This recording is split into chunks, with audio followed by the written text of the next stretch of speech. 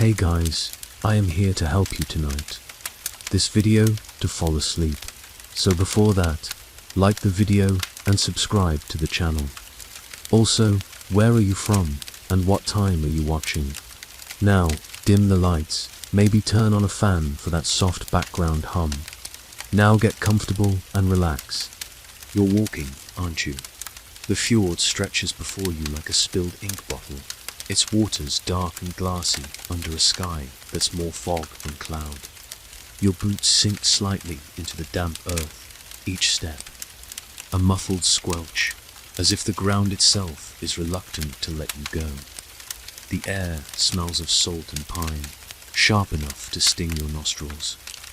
But there's something else, too, a faint whiff of something old, like wet wool left too long in a chest.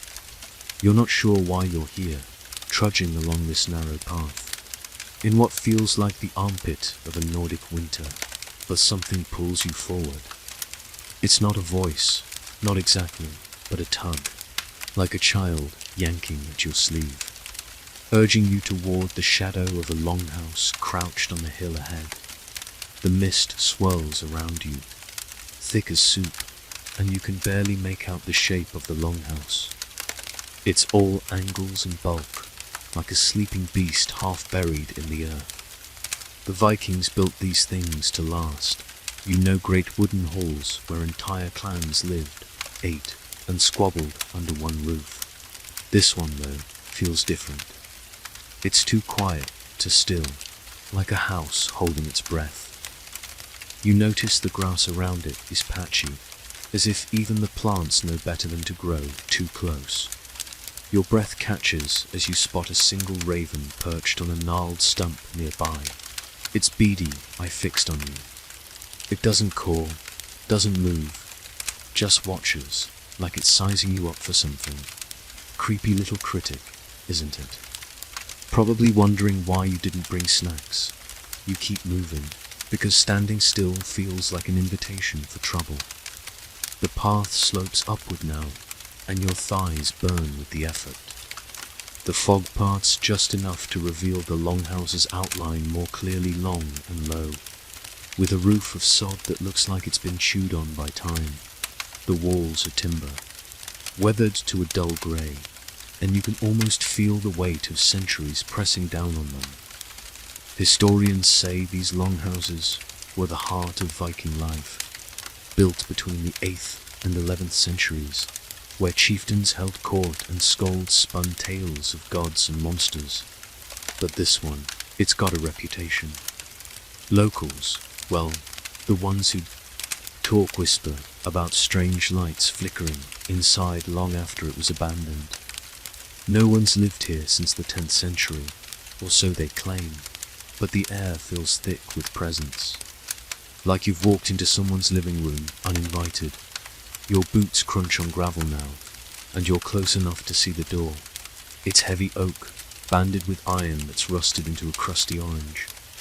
The carvings on it are faint, worn by wind and rain, but you can make out knotwork patterns, maybe a serpent or two curling through the wood. There's a quirky detail, though one you wouldn't expect.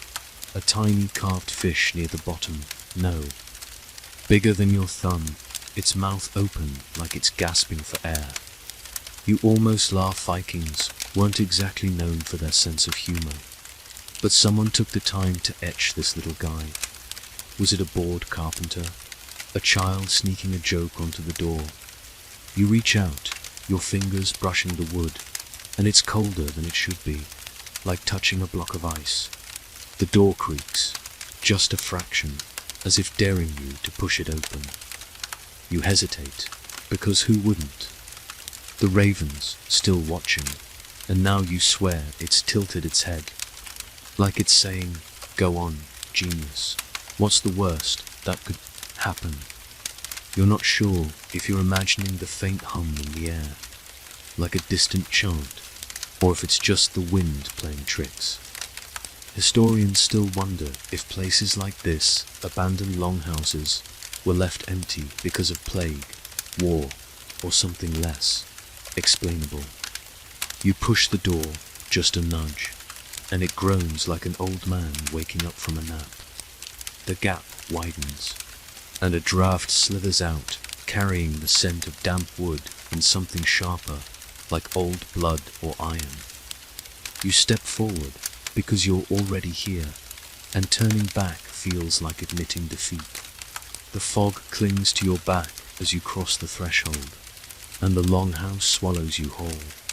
The inside is darker than you expected, the kind of dark that makes your eyes strain to catch any shape. You blink, letting them adjust, and the first thing you notice is the smell musty. Yes, but also faintly smoky, as if someone lit a fire 100 years ago and the scent never left. The floor beneath your boots is packed earth, uneven and littered with bits of straw that crunch softly as you move. You take another step, and the door behind you swings shut with a thud that makes you jump. Nice one, Longhouse. Real subtle. You turn, half expecting to see the ravens smirking from the doorway. But it's just you and the shadows now. The Longhouse stretches out before you, longer than it looked from the outside.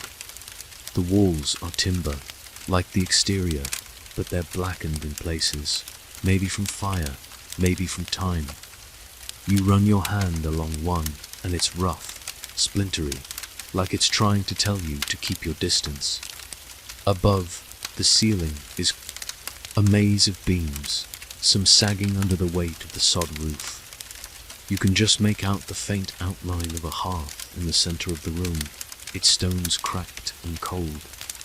There's no fire now, but you swear you see a faint glow, like embers that refuse to die. You take a deep breath, and the air tastes heavy, like you're swallowing history itself. This place was alive once, full of laughter, arguments, the clink of mead horns. Now it's just you, and that hum you heard outside is louder now, almost like a whisper, brushing against your ears. You move deeper, your footsteps echoing in a way that feels too loud, like you're disturbing something. The walls are lined with benches, built into the timber, where Vikings would have sat or slept. You can almost picture them, bearded men in furs, women weaving by the fire, kids chasing each other with sticks. But there's something else here, too, something that makes the hairs on your neck stand up. You stop, because you swear you saw a movement, a flicker in the corner of your eye, gone when you turned to look. Probably just a trick of the light, right? Or maybe this place is messing with you, like a cat toying with a mouse. You chuckle, too, yourself, but it's a nervous sound, swallowed by the vastness of the hall.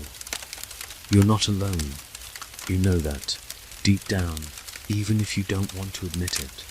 The whispers are clearer now, not words, but tones, like someone's trying to tell you something without opening their mouth. You take another step, and the floor creaks, loud enough to make you wince. The air feels thicker, like you're wading through molasses, and you can't shake the feeling that the Longhouse is watching you, waiting to see what you'll do next. You're not sure if you're ready for what's ahead, but you're here now, and the only way out is through. You're inside now, the door's grown still, echoing in your ears, and the Longhouse feels like it's holding its breath. The darkness wraps around you like a heavy cloak, but your eyes are starting to pick out details, slivers of light sneaking through cracks in the timber walls, painting faint stripes across the floor. You take a cautious step, and the earth beneath your boots feels softer here, almost spongy, like it's been trodden by countless feet over centuries. The air is cooler than outside, but not refreshing, more like the chill of a cellar that hasn't been opened in years. You catch a faint scent of leather, maybe old furs, mingling with that smoky undertone you noticed before. It's not unpleasant, but it's heavy, like the Longhouse is exhaling its past right into your face. You move toward the nearest wall, your fingers brushing the timber again.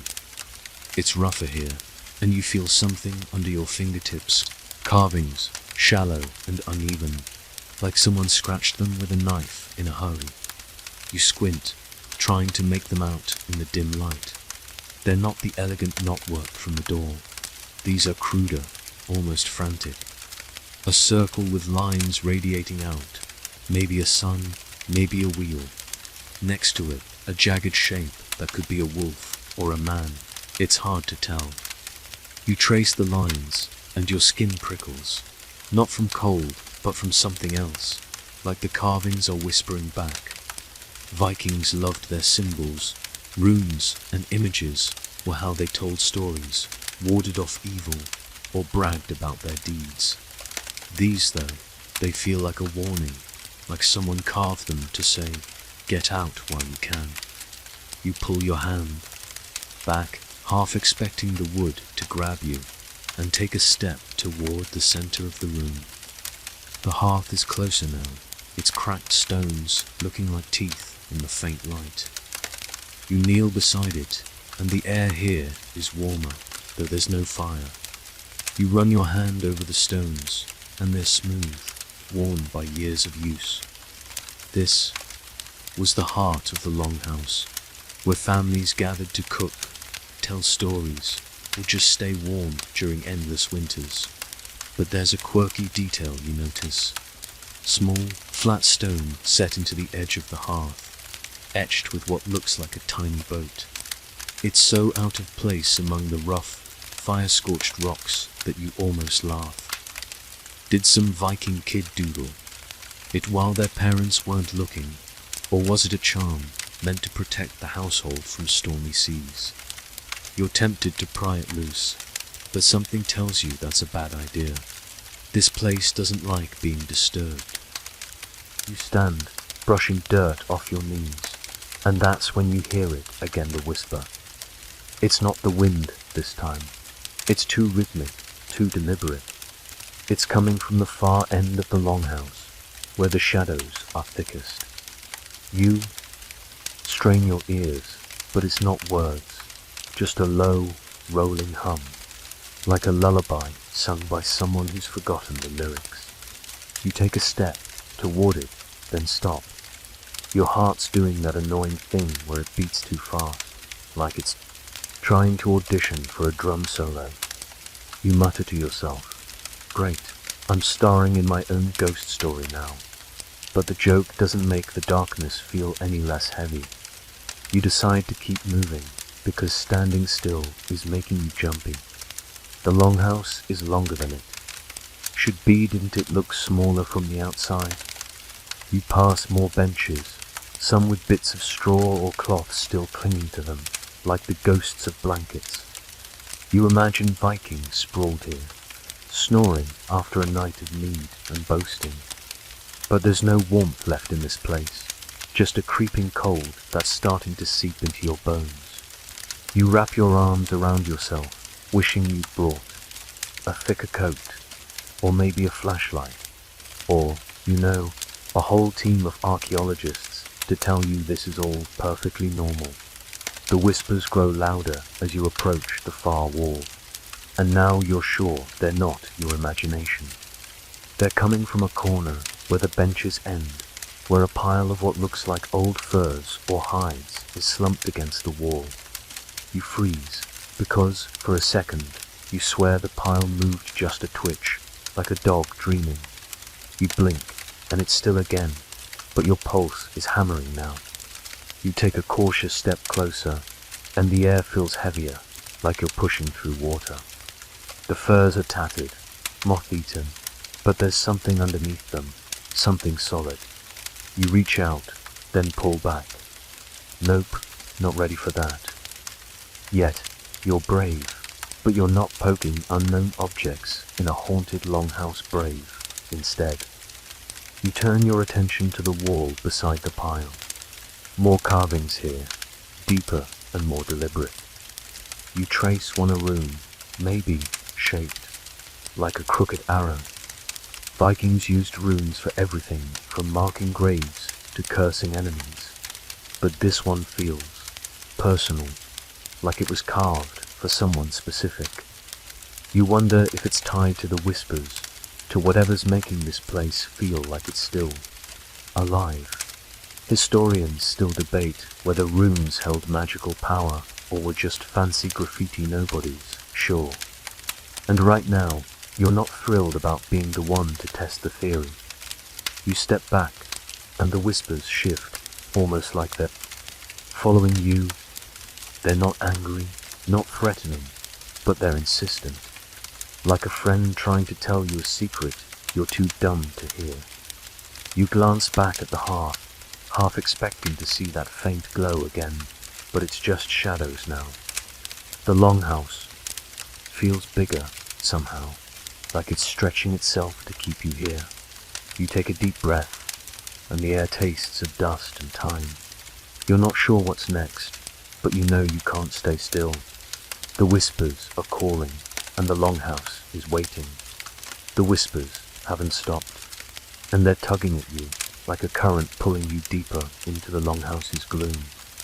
You're standing near the far wall now, where those frantic carvings scratched into the timber still seem to hum under your fingertips.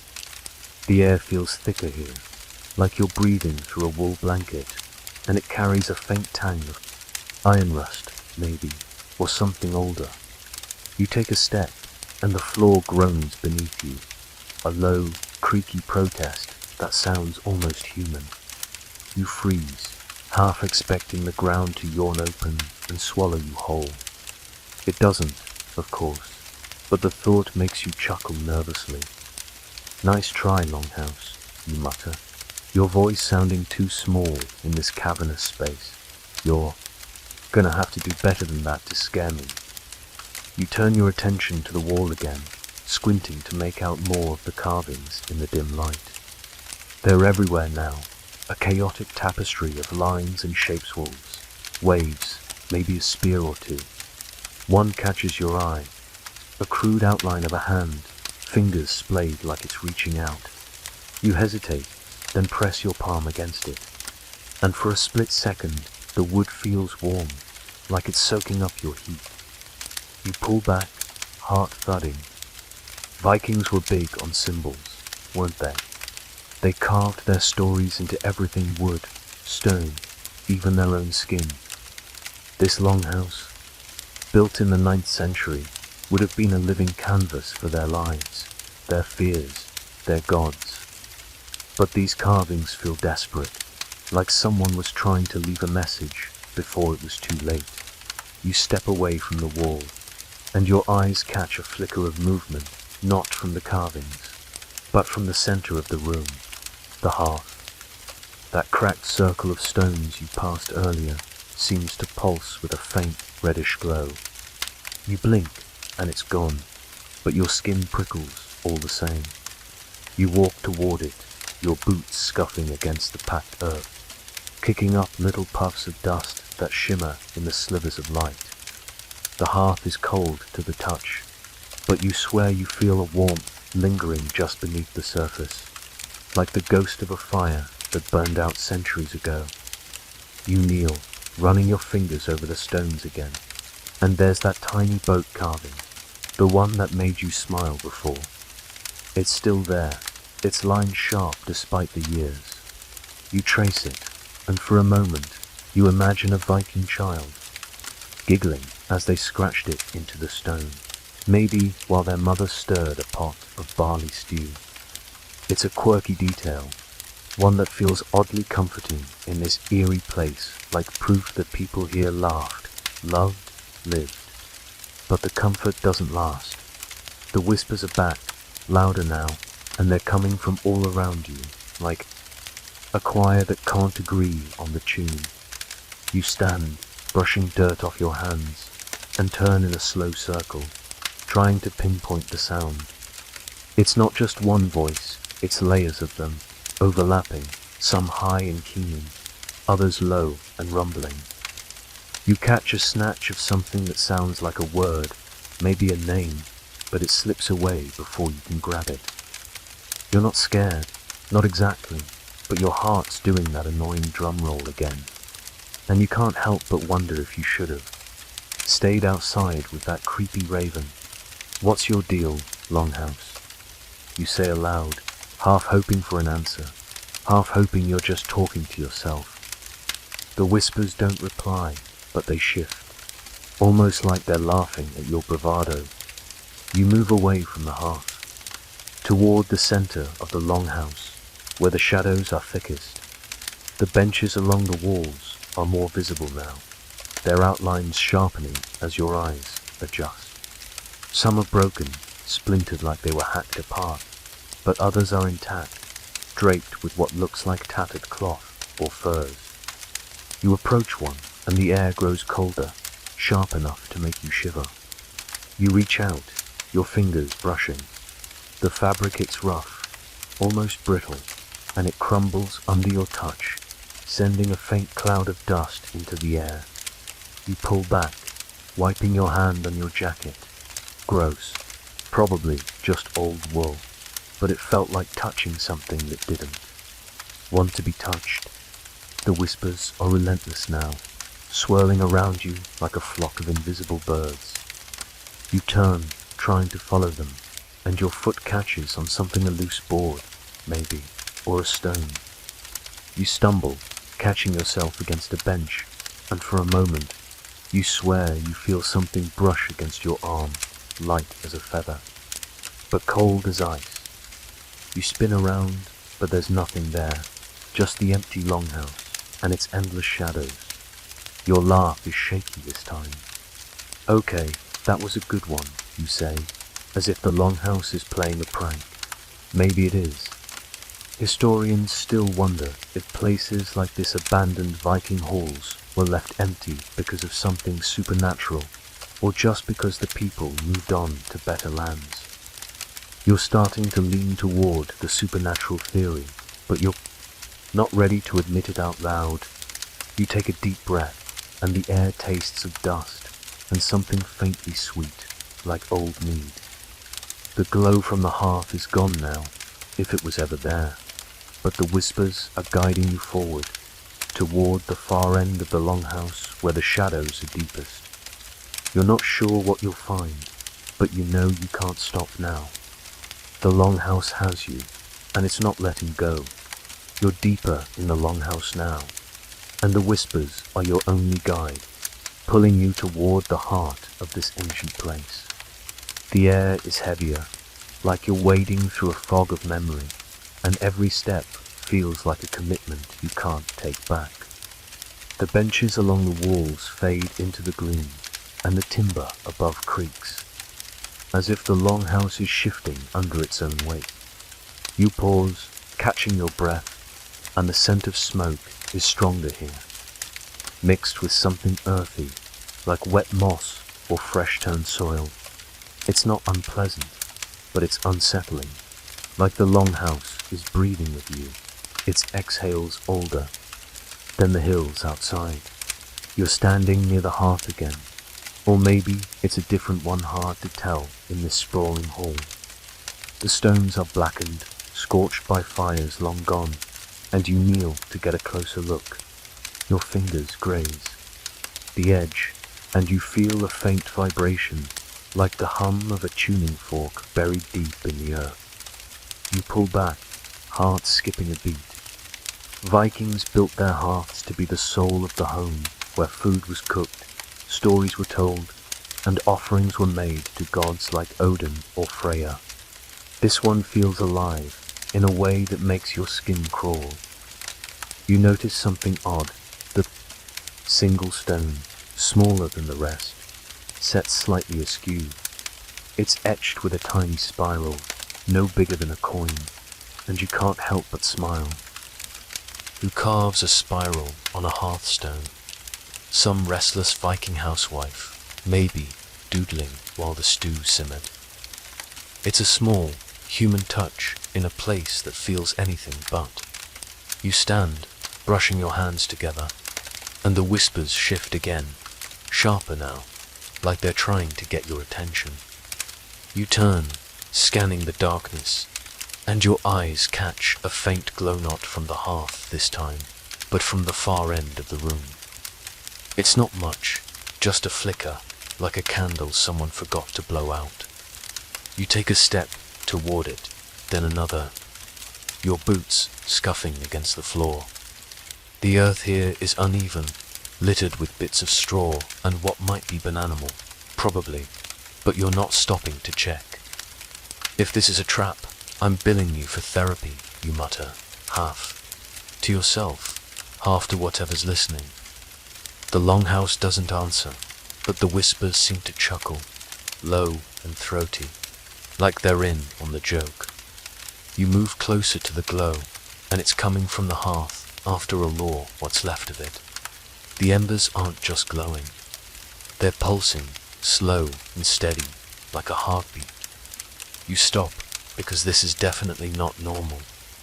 You're no expert, but you're pretty sure fires don't burn for 1,000 years without fuel.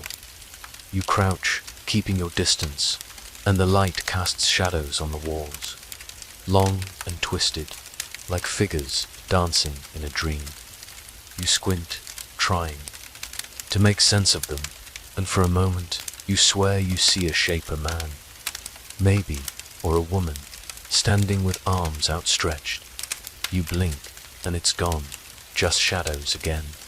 Your heart's pounding now, and you laugh, more to calm yourself than anything else. Okay, Longhouse, you win the creepy lighting award. You stand, and the whispers are everywhere, wrapping around you like a scarf.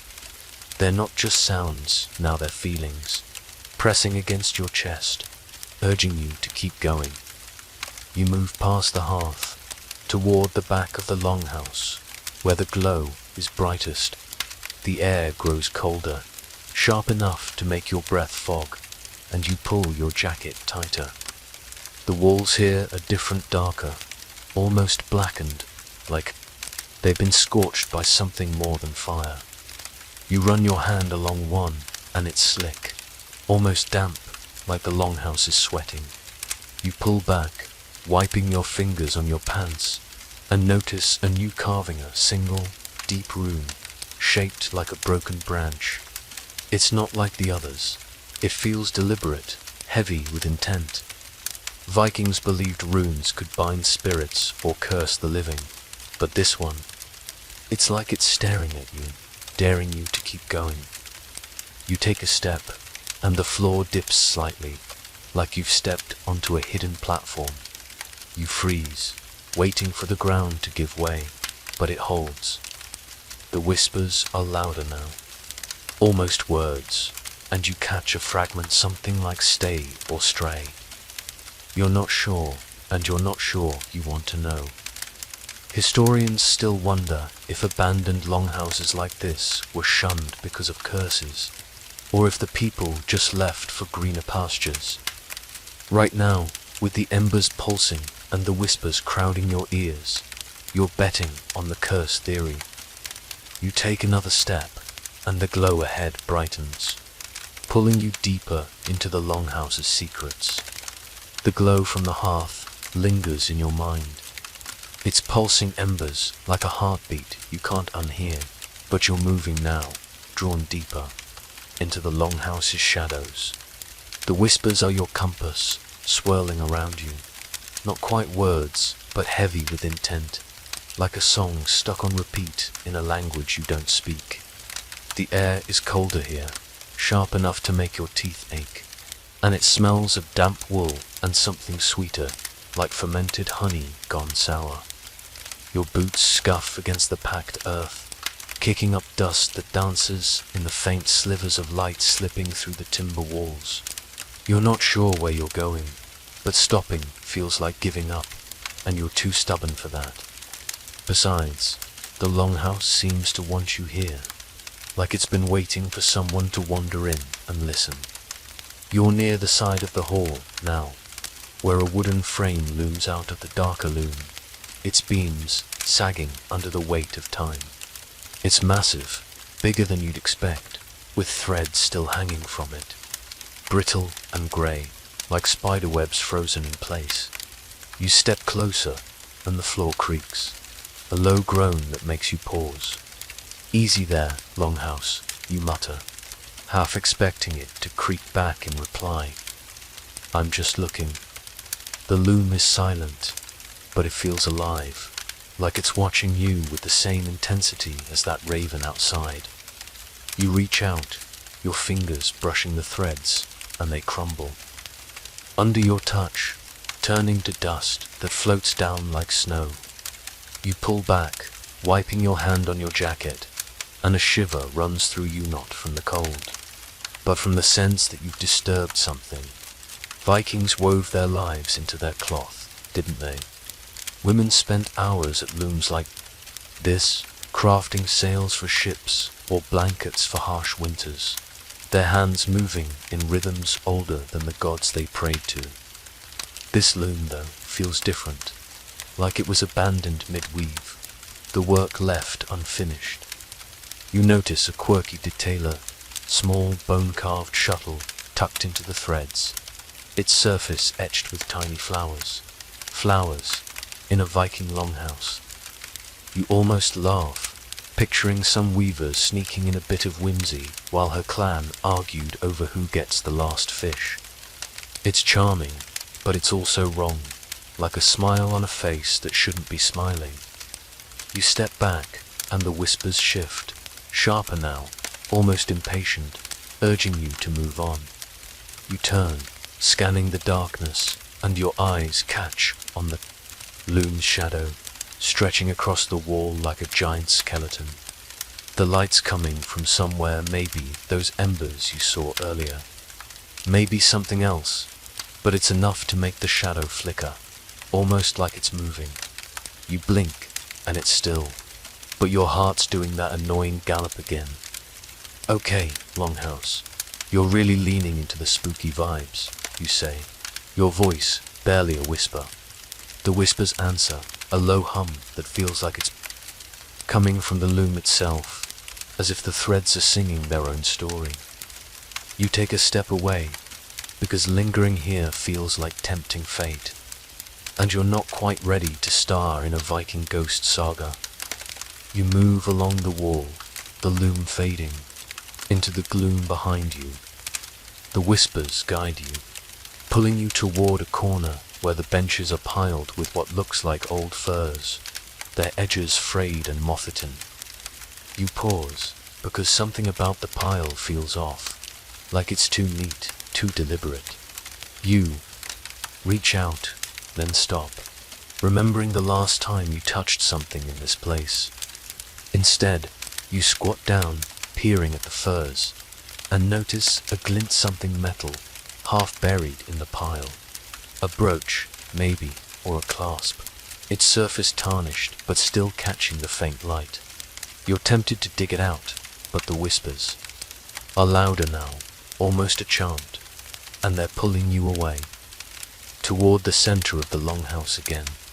The air grows heavier, like you're walking through a memory that doesn't belong to you. You glance back at the loom, and for a moment, you swear you see a figure, a woman. Maybe, her hands moving over the threads. You blink, and she's gone, just shadows and dust. Historians still wonder if Viking women left their mark in ways we'll never fully understand. Runes, weaves, songs that carried their power long after they were gone. You're starting to think this loom holds one of those stories, but you're not sure you want to hear the ending. The whispers are relentless, pushing you forward, and you know you can't stay here. The longhouse has more to show you, and it's not done with you yet. You're moving again, the loom's eerie presence fading behind you as the whispers nudge you deeper into the longhouse's heart. The air is thick now, like you're breathing through a damp cloth, and it carries a new scent. Old wood, yes, but also something sharp, like polished metal or fresh-cut pine. Your boots scuff against the earth, and the floor feels different. Here, harder, as if it's been packed down by years of heavy feet. The shadows are denser, too, swallowing the faint light from the cracks in the walls. But you can just make out a shape, a header-raised platform, maybe a chair, looming like a sentinel in the dark. You're drawn to it, like a moth to a flame, even though every instinct is telling you to slow down to think twice. You step closer, and the platform comes into focus. It's a throne, or what passes for one, in a Viking longhouse massive, carved from oak, its arms etched with swirling patterns that look like waves or serpents. You run your hand along the edge, and the wood is smooth, polished by years of use, but cold, like it's been waiting for someone to claim it. This was the chieftain's seat, where decisions were made, disputes settled, and oaths sworn. Vikings chose their leaders for strength and cunning, men who could steer a clan through storms and battles. This throne feels heavy with that history, like it's still holding the weight of every word spoken from it. You sit, just for a moment, and the wood creaks under you, a sound that's almost a sigh. "Don't get too comfortable," you mutter, half joking, because sitting in a chieftain's chair in a place like this feels like asking for trouble. You lean back, and something catches your Ajar small, carved rune on the armrest, shaped like a half moon with a slash through it. It's not like the others you've seen. It's precise, almost delicate, like it was carved with care. You trace it with your finger, and it's warm, which is impossible, because everything in this longhouse is cold as death. You pull back, heart thumping, and the whispers swell, a chorus now, wrapping around you like a storm. They're not angry, but they're insistent, like they're trying to tell you who sat here last. You stand, because staying feels like a challenge you're not ready to accept. And the throne seems to watch you go, its presence heavy in the air. The whispers guide you away, toward the side of the hall, where the shadows are softer but no less eerie. You notice a pile of what looks like old shields, their surfaces cracked and faded, leaning against the wall like forgotten soldiers. You step closer, and one catches your attention, a round shield with a faint painting of a raven, its wings spread wide. It's a quirky detail, almost playful, like the warrior who carried it had a soft spot for birds. You smile, imagining them arguing with their shield painter. Make it fierce, but you know, cute. Vikings were practical, but they loved. Their flare shields weren't just protection, they were statements, carried into battle to show who you were. This one feels personal, like it belonged to someone who never came back. You turn, and the whispers shift again, pulling you toward the center of the longhouse. The throne's shadow stretches across the floor, long and jagged, like it's trying to follow you. You glance back, and for a split second, you swear you see a figure sitting there, tall, cloaked, head bowed. You blink, and it's gone, just the empty throne and its silent carvings. Your laugh is shaky. "Okay, Longhouse, you're getting good at this," you say, but your voice is swallowed by the vastness of the hall. Historians still debate whether Viking chieftains abandoned places like this because of war, famine, or something darker maybe. A curse, maybe a spirit that wouldn't leave. Right now, with the throne's weight behind you and the whispers in your ears, you're starting to believe in the darker option. You move forward, the air growing colder, the whispers louder, guiding you toward whatever lies next. The longhouse feels alive, its timbers creaking, its shadows shifting, and you know you're not alone. The throne was just the beginning, and the story it holds is far from over. You're moving away from the chieftain's throne now. It's heavy, presence lingering like a weight on your shoulders, but the whispers are pulling you forward, insistent as ever. The longhouse feels bigger, its shadows stretching like they're trying to keep up with you, and the air is thick with the scent of old smoke and something sharper, maybe ale, maybe blood. It's hard to tell. Your boots crunch against the packed earth, and every step echoes, too loud in this silent hall, like you're stomping through someone's dream. The whispers are louder here, weaving around you, Not quite words, but close, like a story you're just too slow to catch. You pause, catching your breath, and mutter, if you've got something to say, Longhouse, just spit it out. The whispers don't answer, but they hum, almost amused, like they're enjoying your frustration.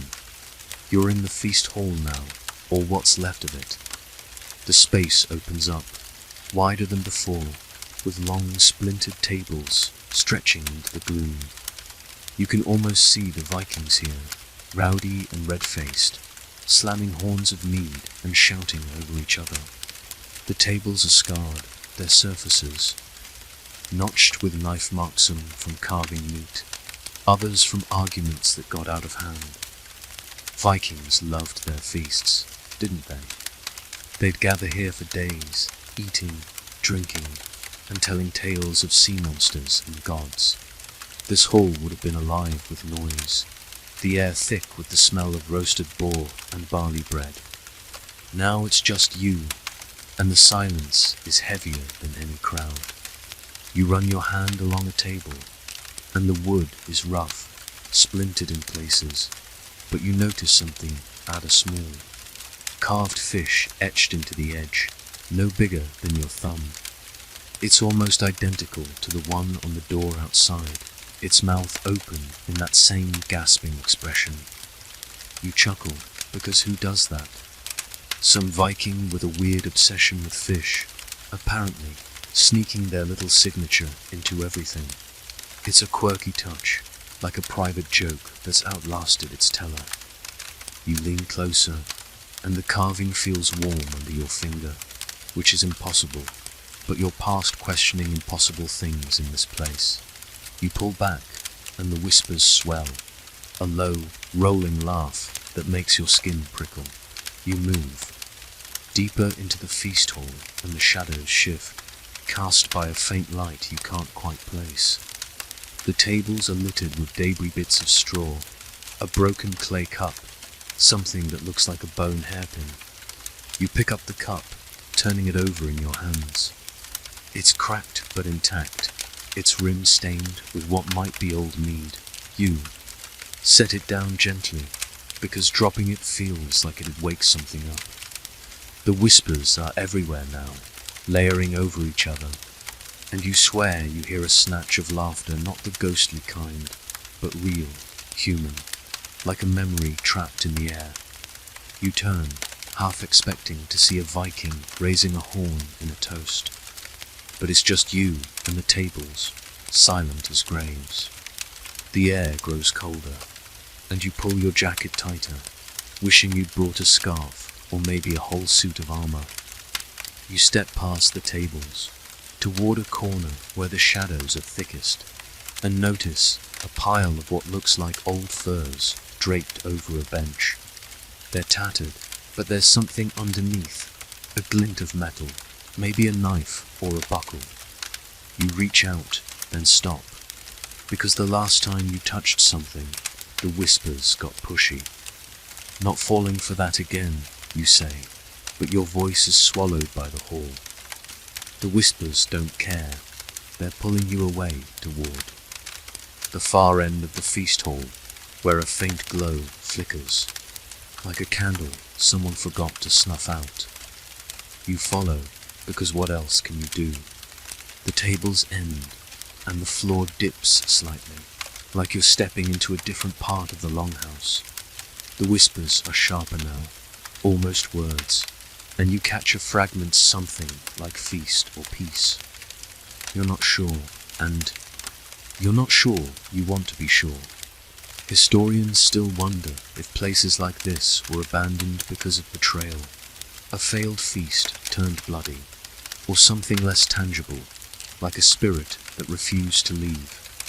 Right now, with the whispers, laughing and the shadows dancing, you're betting on the spirit. The glow ahead brightens, and you know you're getting closer to something the longhouse wants you to see.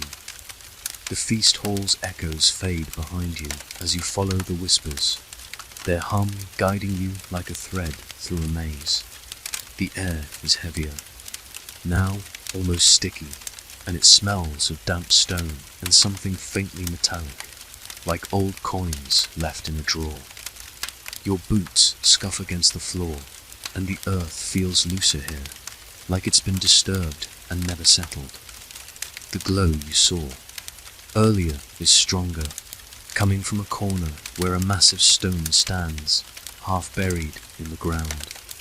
It's taller than you, its surface rough and pitted, and you realize it's a runestone, one of those Viking markers that told stories or claimed victories. This one, though, feels different, like it's guarding something or warning you. Away, you step closer, and the stone looms over you, its surface catching the faint light in a way that makes it shimmer. You squint, trying to make out the carvings. They're deep, deliberate, a tangle of runes and shapes, maybe a ship, maybe a beast. It's hard to tell in the dimness. You run your fingers over one rune, shaped like a jagged fork, and it's cold, colder than the air around you. Vikings used runestones to mark graves or honor deeds, but this one feels alive, like it's pulsing with the same rhythm as the whispers. You pull back, heart thudding, and mutter, "Okay, stone, no need," to get dramatic. The whispers don't laugh this time, they're quieter, almost reverent, like they're waiting for you to figure something out. You circle the stone, and there's a quirky detail that catches your eye, tiny carving near the base, almost hidden. It's a snail, of all things, its shell swirling in a perfect spiral. You can't help but grin, because who carves a snail on a runestone? Some Viking with too much time on their hands, maybe, or a skald sneaking in a bit of humor. It's charming, but it's also wrong, like a punchline in a funeral dirge. You kneel to get a better look, and the stone feels heavier somehow, like it's pressing down on the air around it. You stand, brushing dirt off your knees, and the whispers shift, sharper now, urging you to keep moving. The glow is coming from behind the stone, and you step around it, careful not to touch it again. The light reveals a small alcove, carved into the wall, with a wooden shelf holding what looks like offerings, broken pottery, a rusted ring, a bundle of dried herbs that crumble when you lean closer. The air here is thick, almost suffocating, and you catch a whiff of something sweet, like old flowers or forgotten mead. You're tempted to pick up the ring, but the whispers are back, louder, almost a chant, and they're pulling you away from the alcove. "Fine, I get it," you say, your voice barely a whisper. No touching the creepy shrine. The longhouse feels like it's listening, its shadows shifting like they're nodding in approval. You move past the runestone, toward the center of the hall again, and the floor dips, like you're stepping into a shallow pit. You pause, because the earth here is different, darker, almost wet, like it's been soaked in something. You don't want to think about what. The whispers are relentless now, weaving around you, and you catch another fragment, something like riddle or middle. You're not sure, but it feels important, like the stone is trying to tell you something. Historians still debate whether runestones like this were meant to honor the dead or bind them, to keep spirits from wandering where they shouldn't. Right now, with the whispers crowding your ears and the glow flickering behind you, you're starting to think binding didn't work.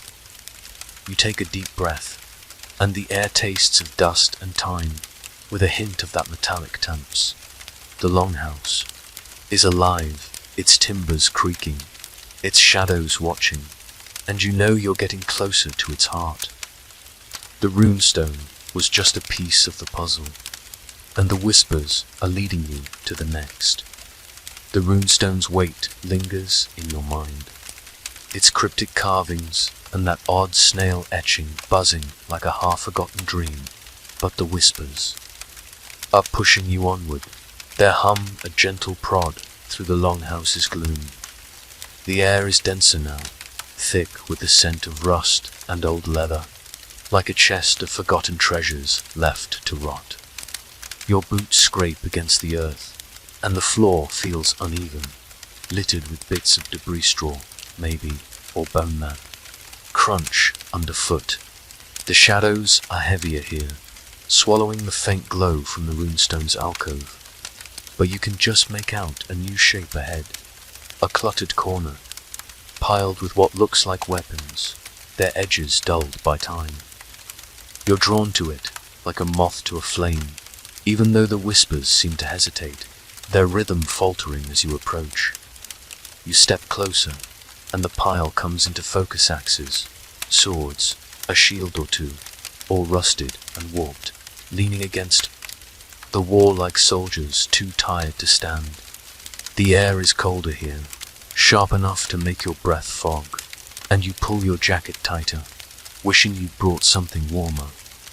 You kneel, peering at the weapons, and notice a sword with a hilt wrapped in frayed leather, its blade pitted but still sharp enough to gleam faintly. Vikings were warriors, weren't they? Their lives were forged in battle, their weapons as much a part of them as their names. This armory, tucked away in the longhouse's shadows, would have been a point of pride, a place to polish blades and boast of victories. But these weapons feel abandoned, like they were left behind in a hurry. You reach out, your fingers hovering over the sword's hilt, and the whispers spike, a sudden, sharp note that makes you flinch. Okay, I get it, you mutter, pulling back, no touching the stabby stuff. The whispers settle, but they're watching you, or so it feels, their hum curling around you like a warning. You notice a quirky detail on the shield beside the sword, small, carved rune shaped like a crescent moon, painted with a faded red that's almost pink. You chuckle, because who paints a war shield pink? Some Viking with a sense of humor, maybe, or a warrior who thought pink was the scariest color. It's a small, human touch in this eerie place, and it makes you smile.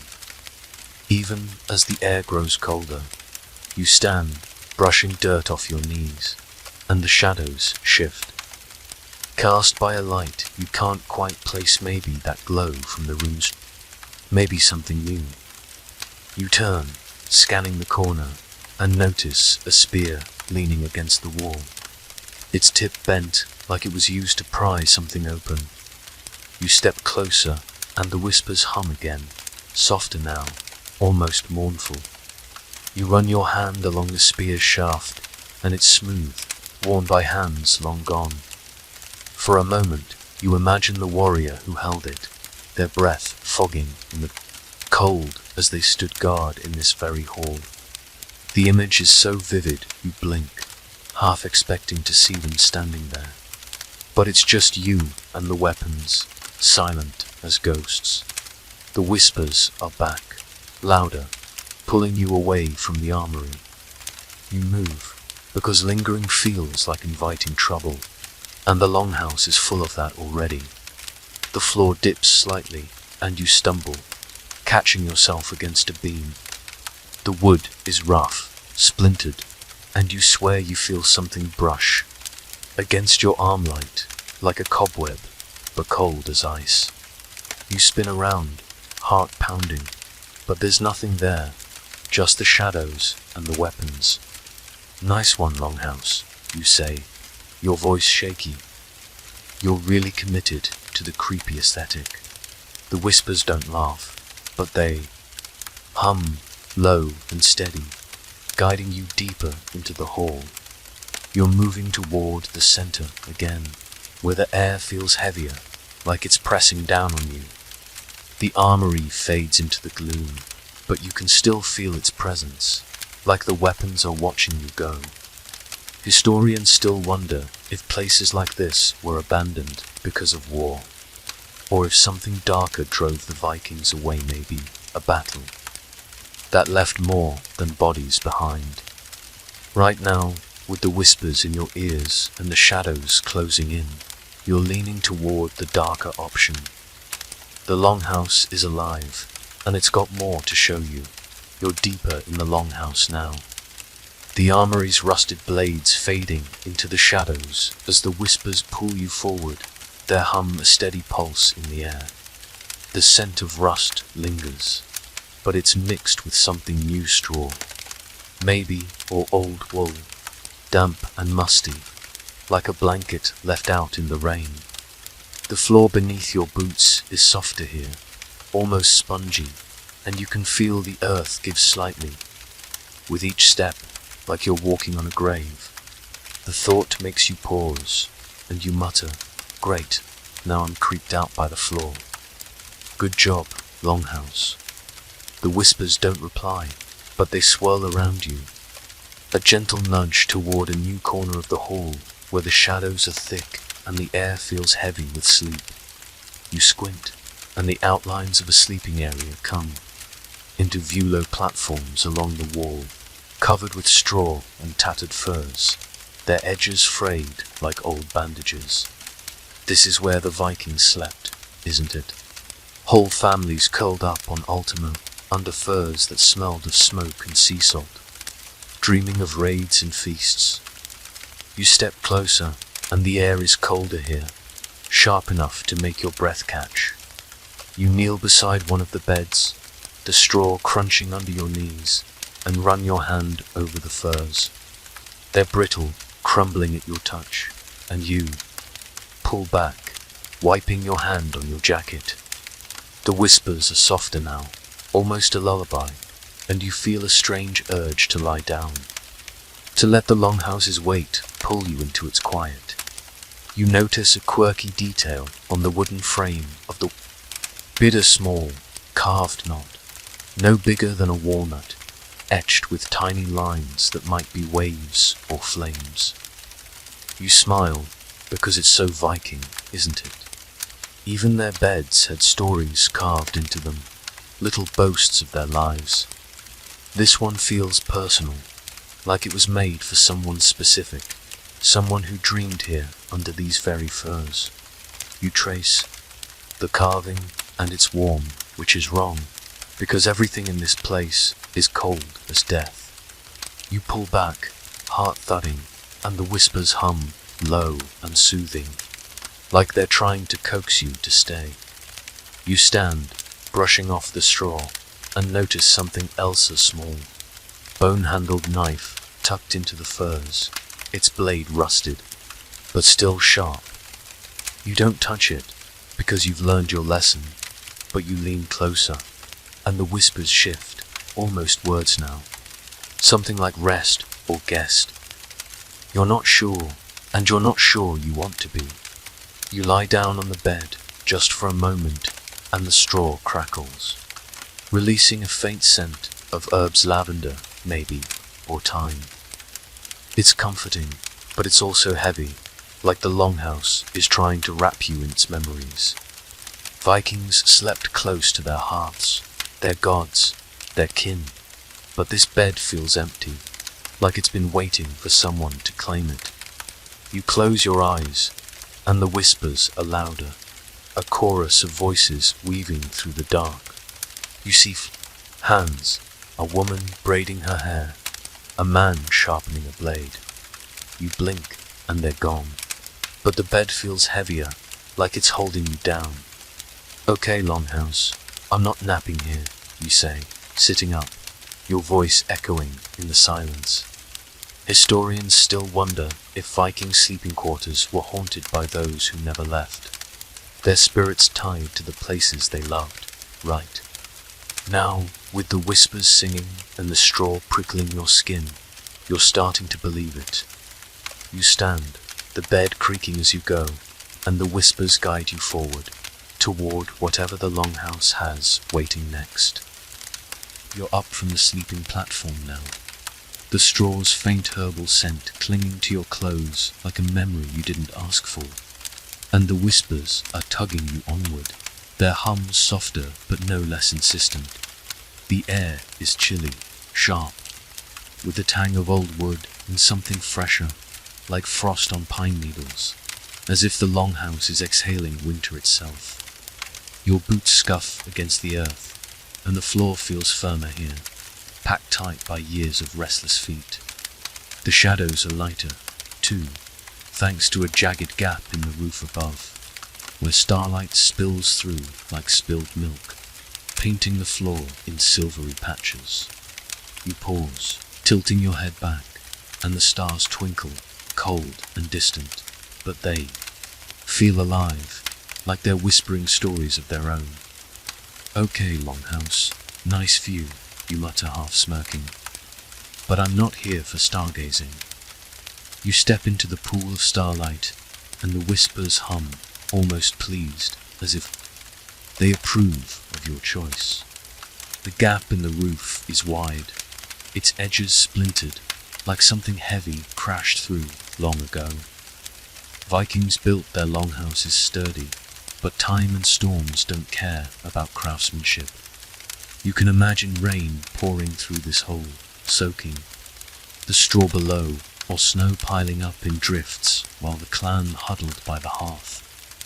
You notice a quirky detail near the edge of the lighter small, carved star on a nearby beam, its lines uneven, like a child's drawing. You chuckle, picturing some Viking kid sneaking up to etch it, maybe dreaming of sailing under those same stars. It's a tiny, human touch, but it feels out of place, like a smile in a graveyard. You kneel, running your hand along the beam, and the wood is rough, splintered but warm, which is wrong in this cold place. The whispers shift, a low, rolling chant that feels like it's coming from the stars themselves. You look up again, and the constellations seem to shimmer, almost forming shapes. Maybe a ship, maybe a wolf. Vikings were obsessed with the stars, weren't they? They navigated by them, weaving tales of Odin's, ravens, or Freya's chariots into the night sky.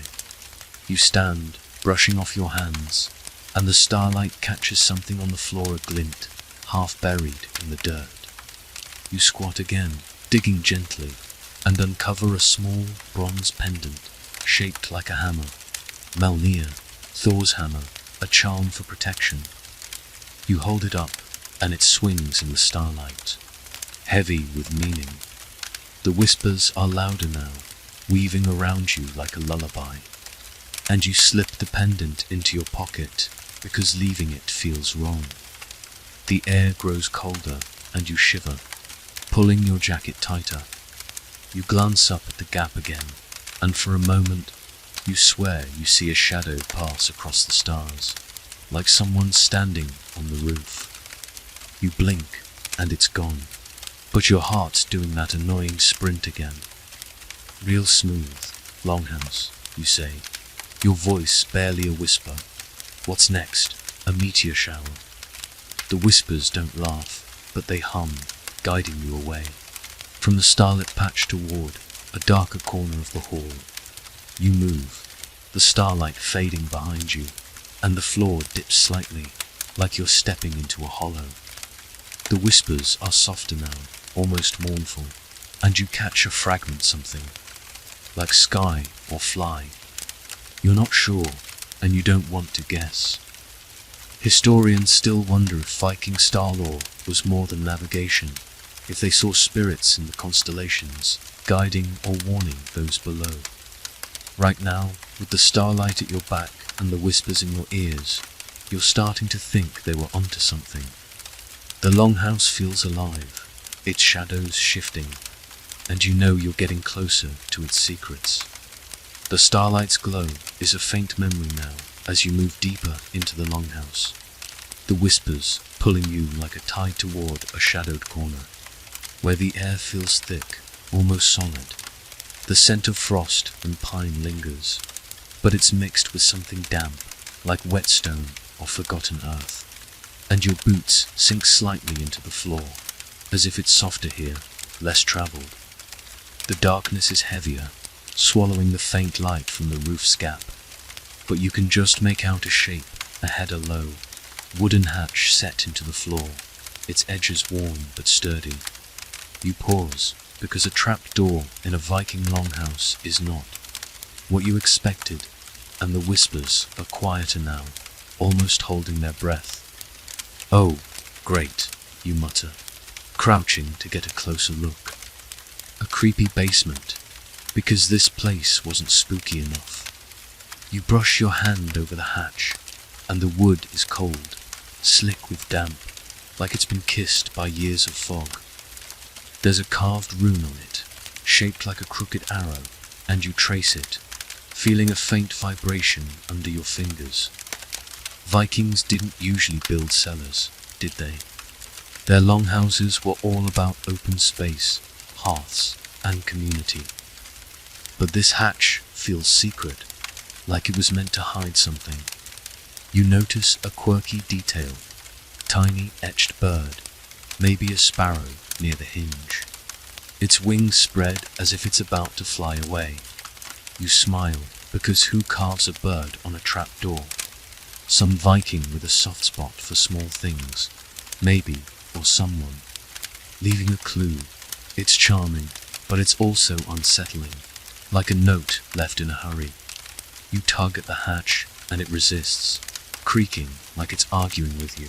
The whispers spike, a sudden, sharp hum that makes you flinch, and you let go. Heart thudding. "Okay, I get it," you say, wiping your hands on your pants. No snooping in the creepy cellar yet. The whispers settle, but they're watching you, their hum curling around you like a warning. You stand, and the air feels colder, heavier, like you've stirred something up. You glance around, and the shadows seem to shift, cast by a light. You can't find maybe the starlight, maybe something else. You notice a pile of debris near the hatch-broken pottery, a rusted nail, a scrap of cloth that crumbles when you nudge it with your boot.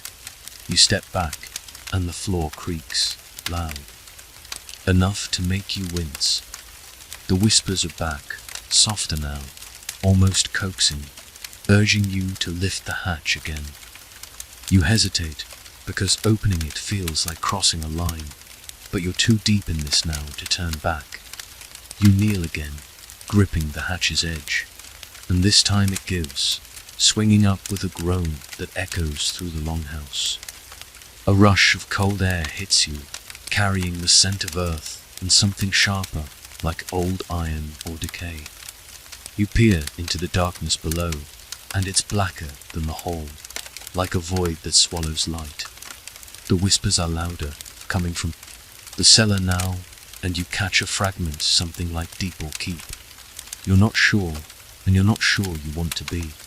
Historians still wonder if Viking longhouses hid secret spaces, cellars for treasures or rituals, or maybe for things better left buried. Right now, with the hatch open and the whispers calling, you're betting on the buried option. You lean closer, the cold air brushing your face, and you know you're about to find out what the longhouse is hiding. The trapdoor yawns open beneath you, its dark mouth exhaling a chill that curls around your ankles like a living thing. And the whispers are louder now, spilling up from the cellar with a hum that feels like a warning. The air smells of wet earth and something sharper, like old bones or rusted iron. And you're crouched at the edge, peering into the blackness, your heart doing that annoying sprint again. "Okay, longhouse," you mutter, your voice barely a whisper. "If this is a trap, I'm not signing up for the sequel." The whispers don't laugh, but they swirl, almost impatient, urging you to move, to see what's below. You lean back, because diving into a creepy Viking basement feels like a choice you're not quite ready to make. You shift your weight, and your hand brushes something on the floor beside the hatch, a small carved object, half buried in the dirt. You dig it out, careful not to disturb the trapdoor's edge, and hold it up to the faint starlight filtering through the roof. It's a bone relic, no bigger than your palm, shaped like a tiny ship, its prow curled like a dragon's head. Vikings loved their ships, didn't they? They built them to conquer seas and carry souls to the afterlife, each plank a prayer for safe passage. This relic feels heavy, though heavier than bone should, like it's carrying a story too big for its size. You turn it over, and there's a quirky detail, a single etched eye on the ship's side, staring up at you like it's alive. You chuckle, because who carves an eye on a toy ship? Some Viking kid, maybe playing tricks while their parents argued over the harvest. You slip the relic into your pocket, next to the Megillania pendant, and the whispers hum, almost approving. The air grows colder, and you pull your jacket tighter, your breath fogging in the dim light. You glance back at the trapdoor, and the darkness below seems to shift, like water rippling in a well. You lean closer, and the whispers spike, a chorus.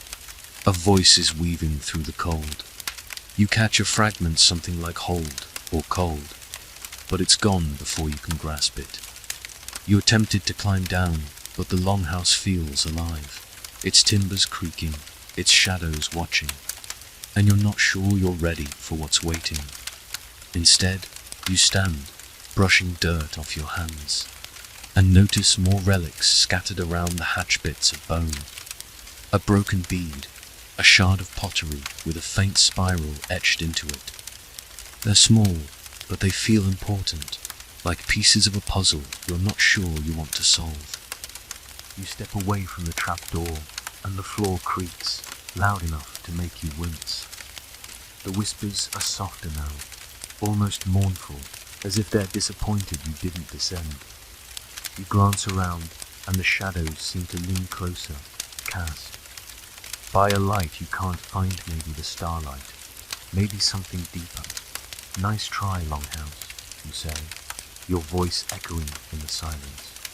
I'm not that easy to spook, but your heart's telling a different story, and you can feel the relic in your pocket, its weight a reminder of the Longhouse's hold on you.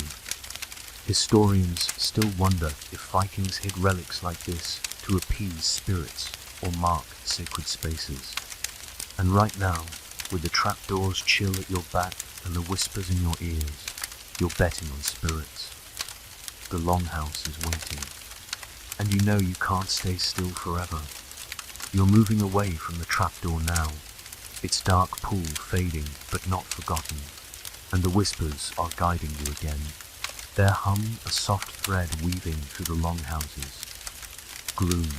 The air is lighter here, but still cold, carrying the scent of frost and something wild, like wind over open water. Your boots scuff against the earth, and the floor feels firmer, as if you're stepping back into the heart of the hole. The shadows are softer, too, thanks to a faint breeze slipping through the roof's gap, stirring the air and making the timbers creak like an old ship rocking at sea. You pause, catching your breath, and the whispers hum, almost playful, like they're teasing you for hesitating at the trapdoor. Yeah, you mutter, smirking. I'll go into your creepy basement later, promise. You're near the center of the longhouse again, where the feast hall's tables loom in the dark, their scarred surfaces catching slivers of starlight. But the whispers are pulling you past them, toward a corner where the air feels different, wilder, like it's carrying stories from beyond the walls. You notice a faint howl, not the whispers this time, but the wind itself, slipping through a crack in the timber and singing a song that feels older than the longhouse. Vikings were seafaring people, their lives tied to the wind and waves, their stories full of storms and spirits. You step closer to the crack, and the breeze brushes your face, cold but alive, carrying a faint salt tang that reminds you of the fjord outside. You run your hand along the wall, and the wood is rough, splintered, but there's something carved. Here are a series of lines, jagged and deep, like waves or maybe wings. You squint, and it's a ship, its sails spread wide, etched into the timber with a precision that feels almost desperate. You trace the lines, and they're warm, which is wrong, but you're past questioning the Longhouse's tricks. You notice a quirky detailer, tiny fish carved near the ship's prow, its mouth open in that familiar, gasping expression you've seen before. You laugh, because it's almost like this fish is following you, popping up everywhere like a Viking's idea of a running gag. Okay, fish guy, you say, you're getting predictable, but the carving feels personal, like it was meant for someone who stood here, just like you, listening to the wind. The whispers are back, weaving through the howl of the breeze, and you catch a fragment, something like sail or veil. You're not sure, and the wind swallows it before you can decide. You lean closer to the crack, and the air is sharp, stinging your cheeks. But it's also exhilarating, like standing on a ship's deck in a storm.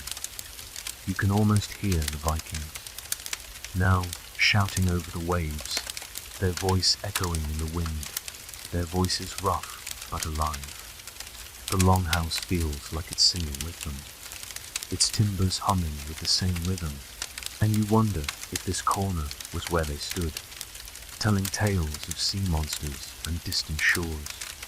You step back, and the wind shifts, carrying a new sound, a low, mournful note, like a horn blown far out at sea. You turn, half expecting to see a figure in the shadows, but it's just you and the Longhouse, its shadows dancing to the wind's song. Historians still wonder if Viking longhouses were built to echo the sea, their timbers chosen to resonate with the wind, or if the spirits of sailors lingered here, tied to the stories they told. Right now, with the wind howling and the whispers singing, you're betting on both. The Longhouse is alive, and its song is calling you deeper. The wind's haunting song lingers in your ears as you pull away from the carved wall, its ship and fish etched into your mind like a half-remembered dream. The whispers are back, softer, now weaving through the fading howl of the breeze, guiding you deeper into the Longhouse's shadows. The air is colder, sharp with the scent of damp wood and something musty, like old parchment or forgotten cloth. Your boots scuff against the earth, and the floor feels uneven, littered with bits of straw and what might be ash, crunching softly underfoot. You're moving toward a corner you haven't seen before, tucked away where the starlight barely reaches, and the whispers hum, almost gentle, like they're coaxing you into a secret. "All right, Longhouse," you mutter, your breath fogging in the chill. "What's your next trick?" A ghost poet reading bad rhymes. You step closer, and the shadows part to reveal a small nook carved into the timber wall like a forgotten shelf. It's a Skald's Corner, or so it seems, a place where Viking poets would have spun their tales of gods and heroes, their voices carrying over the crackle of the hearth. The nook is cluttered with relics, a broken lyre, its strings snapped, and curling like dead vines, a stack of flat stones etched with faint runes, and a tattered piece of cloth embroidered with threads that glint faintly in the dark. You kneel, brushing your fingers over the lyre, and the wood is smooth, worn by hands that loved it. Vikings prized their scrolls, didn't they? Their words were magic, binding clans together or cursing enemies with a well-toned verse. This nook feels alive, like it's still echoing with those old songs. You notice a quirky detail on one of the stones, a tiny, carved face, no bigger than a coin, with a mischievous grin. You chuckle, because who carves a smirking face on a runestone? Some Skald with a sense of humor, maybe poking fun at the serious business of poetry. It's charming, but it's also unsettling, like the stone is watching you, waiting for you to laugh at its joke. You set it down gently, and the whispers swell, a low, melodic hum that feels like a song you've heard before but can't quite place. You pick up the cloth, and it's heavier than it looks, the embroidery tracing a pattern of stars and waves. You hold it up, and it catches the faint light, shimmering like it's woven with moonlight. The whispers are louder now, almost words, and you catch a fragment, something like sing or wing. You're not sure, and the nook feels heavier, like it's pressing down on the air. You glance around, and the shadows seem to shift, cast by a light you can't find, maybe the starlight from the roof's gap, maybe something else. You stand, clutching the cloth, and for a moment you swear you hear a voice, not the whispers, but a real voice, low and rhythmic, chanting a verse about a ship lost at sea. You spin around, heart thudding, but it's just you and the nook. Its relics, silent. Nice one, Longhouse, you say, your voice shaky. You almost had me there. The whispers hum, almost amused, urging you to move on. You step away, the cloth still in your hand, and the floor creaks, loud enough to make you wince. The air grows colder, and you pull your jacket tighter. The relics in your pocket, the Meldmere pendant, the bone ship feeling heavier, like they're anchoring you to this place. Historians still wonder if Viking skalds left their mark in ways beyond words, if their songs lingered in the places they sang, binding spirits to the timbers. Right now, with the nook's relics at your back and the whispers singing in your ears, you're starting to believe it. The Longhouse is alive, and it's got more stories to tell. You're moving away from the Skald's Nook now, the embroidered cloth tucked into your pocket with the other relics, its starry pattern heavy against your side. The whispers are guiding you again, their hum a soft thread pulling you toward the edge of the Longhouse, where the air feels crisp, like you're stepping closer to the outside world. The scent of damp it lingers, but it's mixed with something colder frost, maybe, or the sharp bite of snow carried from beyond the walls. Your boots crunch against the earth, and the floor is harder here, packed tight by feet that haven't walked it in centuries. The shadows are thinner, thanks to a faint glow filtering through a crack in the wall, and you notice a low, stone-lined pit just outside a well, its edges worn smooth by time. Oh great, you mutter, peering out. A haunted well, because this place needed more cliches. You step closer, leaning through the crack to get a better look, and the air hits you like a slap, cold and wet, carrying the scent of earth and something metallic, like old coins or blood. The well is deep, its mouth dark and uninviting, and you can't see the bottom, just a faint shimmer of water far below. Vikings relied on wells like this, didn't they? They were lifelines, providing water for cooking, drinking, or washing after a long raid. But this one feels different, like it's holding more than water. You notice a quirky detailer, small carved rune on the well's rim, shaped like a wavy line, maybe a river or a serpent. You chuckle, imagining some Viking kid scratching it. There, daring their friends to drop something in.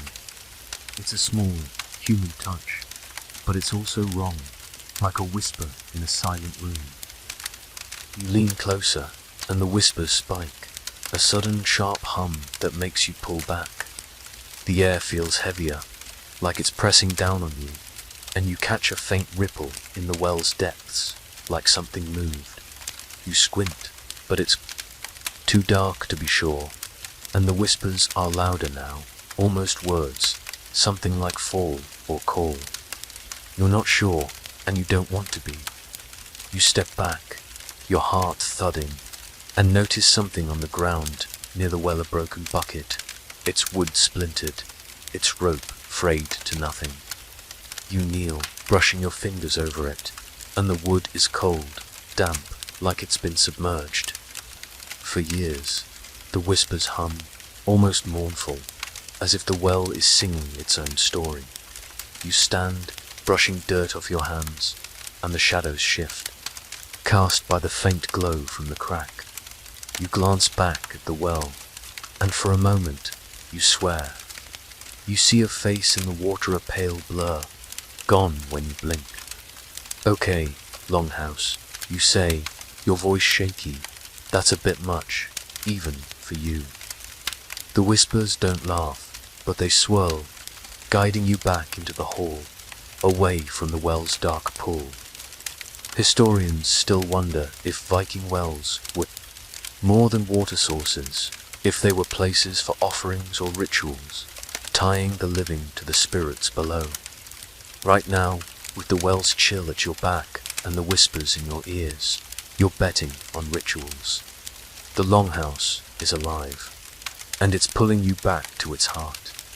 You're pulling away from the well's chilling presence, its dark shimmer, and that fleeting face in the water still nagging at the edges of your mind, but the whispers are urging you back into the Longhouse's heart.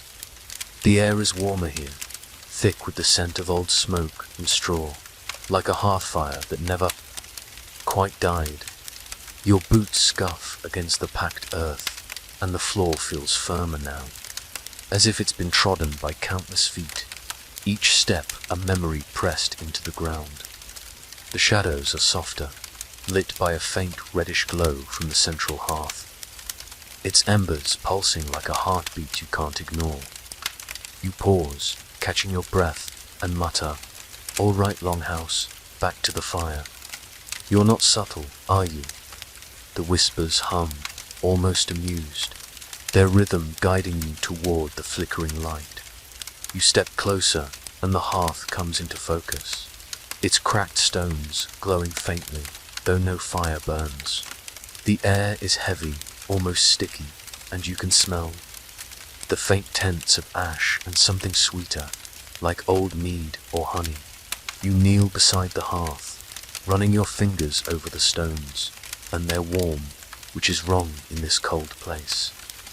Vikings built their hearths to be the soul of the Longhouse, a place for warmth, food, and stories, where the clan gathered to defy the winter's bite.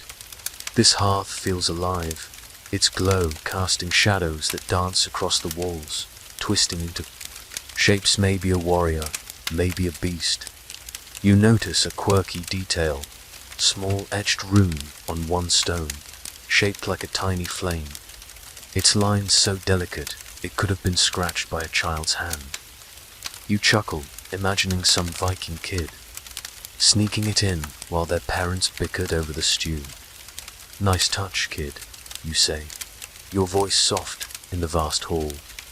The whispers are louder now, weaving through the glow, and you catch a fragment, something like burn or yearn. You're not sure, and the warmth from the hearth makes your skin prickle, like you're standing too close to a fire that isn't there. You stand, brushing ash off your hands, and the shadows shift, their dance growing wilder, almost alive. You glance around, and for a moment, you swear you see figures in the glow tool, cloaked, their faces blurred, raising horns in a silent toast. You blink, and they're gone, just shadows again. Your heart's doing that gallop, and you laugh, shaky but defiant. "Okay, Longhouse, you're pulling out all the stops now," you say, but the whispers don't laugh back, they hum, low and steady, urging you to stay. You move around the hearth, careful not to step on the stones, and notice a pile of debris nearby, charred wood, a broken spoon, a scrap of cloth that crumbles when you nudge it with your boot. The air grows heavier, like it's pressing down on you, and the glow flickers, casting long shadows that seem to reach for you. You pull the relics from your pocket, the Mjolnir pendant, the bone ship, the embroidered cloth, and they feel heavier, like they're tying you to this place. The whispers are relentless. almost a chant, and you feel the longhouse's weight, its timbers creaking, its shadows watching. Historians still wonder if Viking hearths were more than just fires, if they were portals to the gods or anchors for spirits who couldn't leave. Right now, with the hearth's glow in your eyes and the whispers in your ears, you're betting on both. The longhouse is alive, and it's not done with you yet. The hearth's glow lingers in your vision. It's ghostly, warmth clinging to your skin as you step away. The whispers softer now, almost a sigh, guiding you toward the longhouse's edge. The air is cooler here, sharp with the scent of damp wood and frost, like the outside world is creeping in through the cracks. Your boots scuff against the earth, and the floor feels uneven, littered with straw and bits of broken pottery that crunch underfoot. The shadows are thinner, fading into the faint starlight slipping through the roof's gap, and you can feel the longhouse's hold loosening, like a hand slowly letting go. You pause, glancing back at the hearth's dying glow, and mutter, "All right, longhouse, what's your grand finale? Gonna make me cry or something?" The whispers hum, gentle but insistent, as if they're ready to say goodbye. You're near. The door now, the heavy oak slab you pushed through what feels like hours ago. It's still there, its iron bands rusted, its carvings worn but familiar, that tiny gasping fish etched near the bottom, staring up at you like an old friend. You kneel, brushing your fingers over it, and the wood is cold, but it feels alive, like it's remembering every hand that touched it. Vikings built their doors to keep out the cold and the spirits, didn't they? This one feels like it failed at both, letting you in and letting something else linger. You notice a quirky detail, a faint scratch beside the fish, barely visible, shaped like a crescent moon. You smile because it's so random, like some Viking decided their door needed a bit of cosmic flair. "You guys were weird," you say, your voice echoing in the quiet hall. The whispers are faint now, almost gone, but they're still there, brushing against your ears like a breeze. You stand, pressing your hand against the door, and it creaks. Just a fraction, as if it's ready to let you go. The air feels lighter, but heavy with memory, and you can almost hear the longhouse's past laughter, shouts, the clink of mead horns, all fading into silence. You glance back, and the hearth's glow is gone, the shadows still, like the longhouse is finally at rest. The relics in your pocket, the pendant, the bone chip, the cloth feel warm, like they're carrying the longhouse's story with you. You push the door, and it swings open, slow and heavy, revealing the foggy fjord outside, its waters glinting under the stars. You step forward, but pause on the threshold, because leaving feels like closing a book you're not sure you understood. The whispers are barely audible, a final sigh, and you catch a fragment, something like go or no. You're not sure, and maybe you don't need to be. Historians still wonder if Viking longhouses were abandoned because of curses, or if their people simply moved on, leaving their stories to fade. Right now, with the door creaking and the fjord waiting, you're betting on the stories. You take a deep breath, the cold air stinging your lungs, and step outside the longhouses, whispers fading into silence behind you. You're outside now, the longhouse's heavy door thudding shut behind you, its echo soft as a sigh. The fjord stretches before you, its waters dark and still, reflecting the stars like a mirror of forgotten dreams. Your breath slows, each exhale a gentle cloud in the frosty air, and you feel the weight of the longhouse's relics in your pocket, warm against your side, grounding you. The night is quiet, save for the faint lap of waves and the rustle of pine needles in the breeze. A rhythm that matches your heartbeat, slow and steady. You close your eyes, letting the cool air brush your face. And imagine the Vikings who stood here, their lives woven into the earth, their stories carried on the wind. There's no rush, no hurry, just the night, the stars, and the calm that comes with leaving a place that held you so tightly. Picture the fjord's edge, the water lapping gently, each wave a whisper of its own, telling you it's time to rest. Let your shoulders relax, your thoughts drift, and the world soften around you. The longhouse is behind you now, its secrets safe, its whispers quiet. Breathe in, breathe out, and let the stars guide you into sleep.